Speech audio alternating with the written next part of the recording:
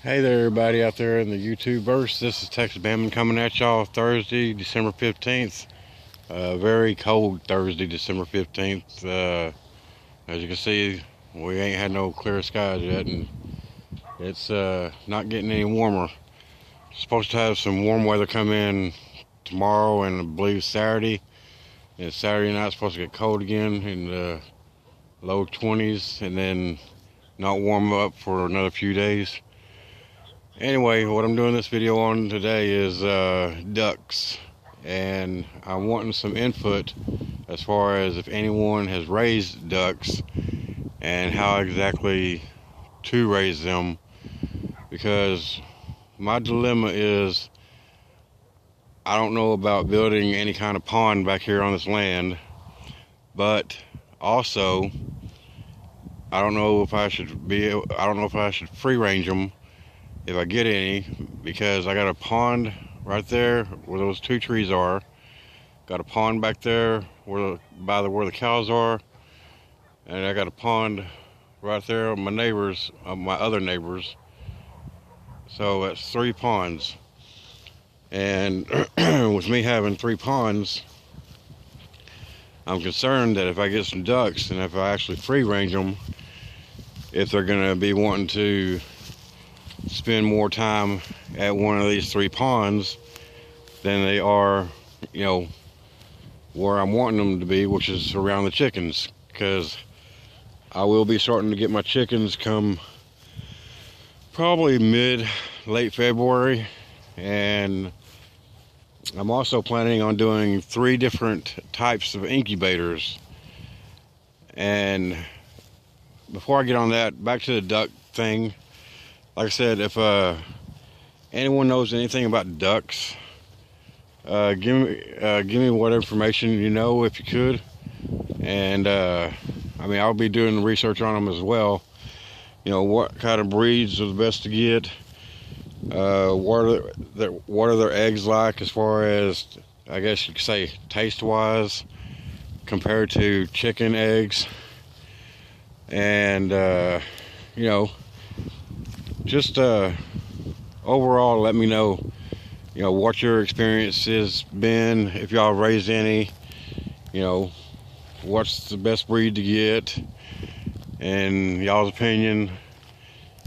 And this is going to be something new for me, because there again, I've raised turkeys, raised guineas, I've raised chickens twice, and I enjoyed, all 3 of those different breeds as far as poultry. But I just haven't never done the duck thing, and it's really something that I'm really considering and thinking about. But yeah, just let me know about that. Also, what I mentioned as far as the incubators, I'm gonna be doing 3 different types of incubators. I'm gonna retry the styrofoam incubator, because if the one that I did for the 16 eggs that I had, it failed, either because the eggs weren't fertilized or because of the simple fact, matter of fact, talking about ducks, there's one going right there. I don't know if y'all can see him, but there's about 3 or 4 of them in that pond over there. I had no idea these things were right here. And those are mallards, it looks like. Yep, 2 male and 1 female. I don't know what flew off earlier, but there they go. That's funny. I'm just talking about ducks and they end up in the pond, and I didn't even know about that.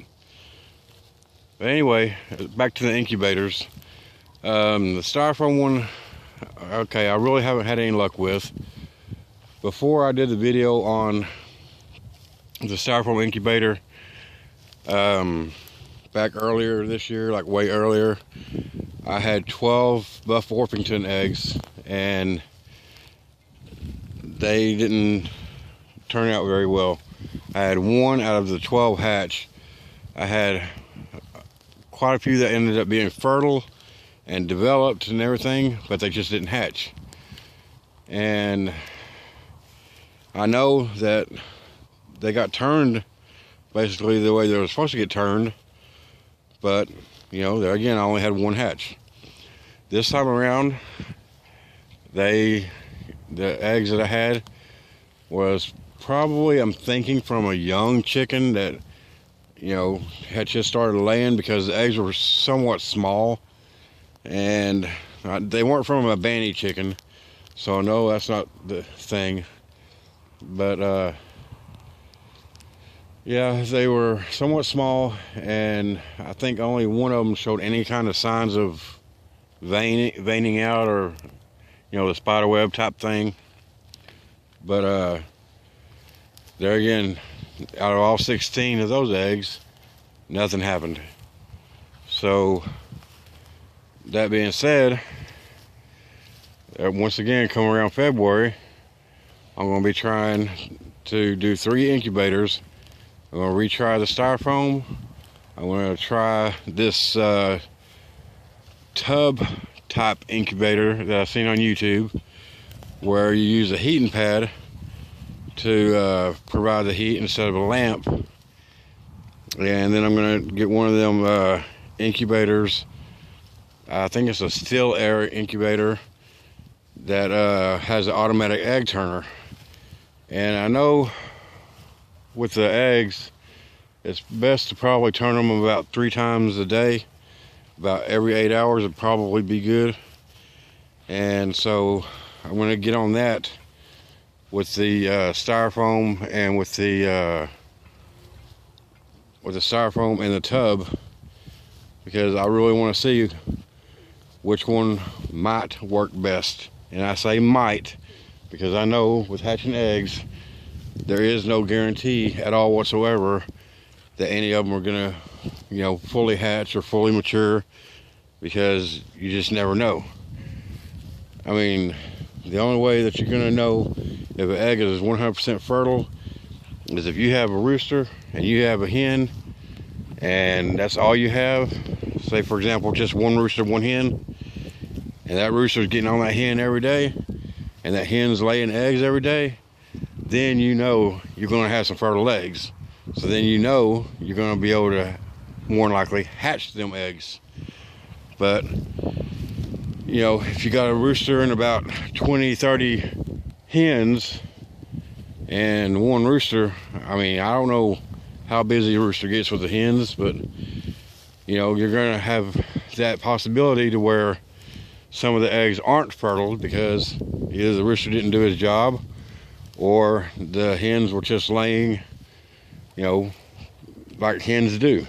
Because chickens, as y'all, most people know, most country people, most homesteaders, most poultry people know chickens lay eggs without a rooster around.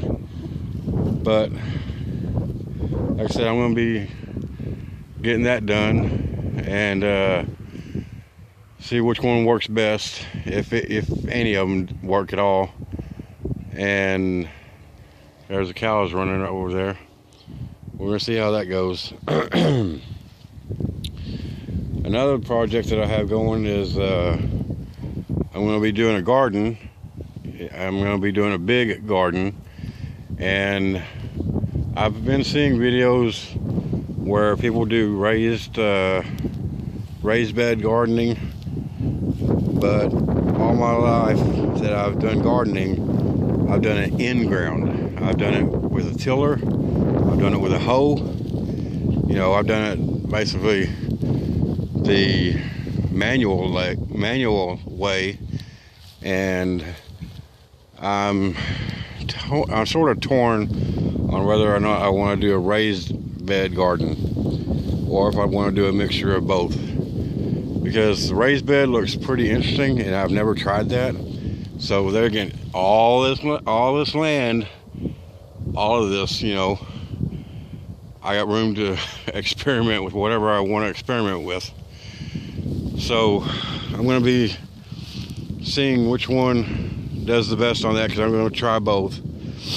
And if y'all could let me know, the people out there that do watch this, if there's anyone that watches this with a tiller, let me know which one y'all think would be better, to get a tiller with rear tines or the front tine tiller, because the only tiller that I've ever used has the front tines, and you know, I can use that really good. But with the soil the way it is out here, I don't know how good that a front tine tiller would handle it, but yet I don't want to spend $800-900 on a rear tine and it not be able to do as good as a front tine. So anyway, my hands are starting to freeze up because still got the little bit of the north wind right now, and you know, I just wanted to throw some of these ideas at y'all and let y'all know what's up. I had a pretty good day at work today, and I get to go back Saturday, unfortunately. I wish it was tomorrow, but it'll be Saturday. And I guess that's about it. I just wanted to get this video out here this evening to, you know, be consistent on my videos, because I know I went a week without doing any. And you know, that's about it. But anyway, y'all take care, have a good evening, and you know, let me know y'all's opinions on some of these questions and some of these ideas that I have. You know, y'all that are subscribers are part of this community, and I'm proud to have y'all. But for those of y'all watching that aren't subscribed, you know, hit that subscribe button, hit that notification button, share this video and other videos on, you know, Twitter, Facebook, Instagram, whatever else pops up on the share thing with YouTube. And if you want to hit that like button, hit the like button. If you want to hit the getting tongue tied here. If you want to hit the, you know, comments, hit them comments. And if you want to donate to the channel, you know, hit that donate button.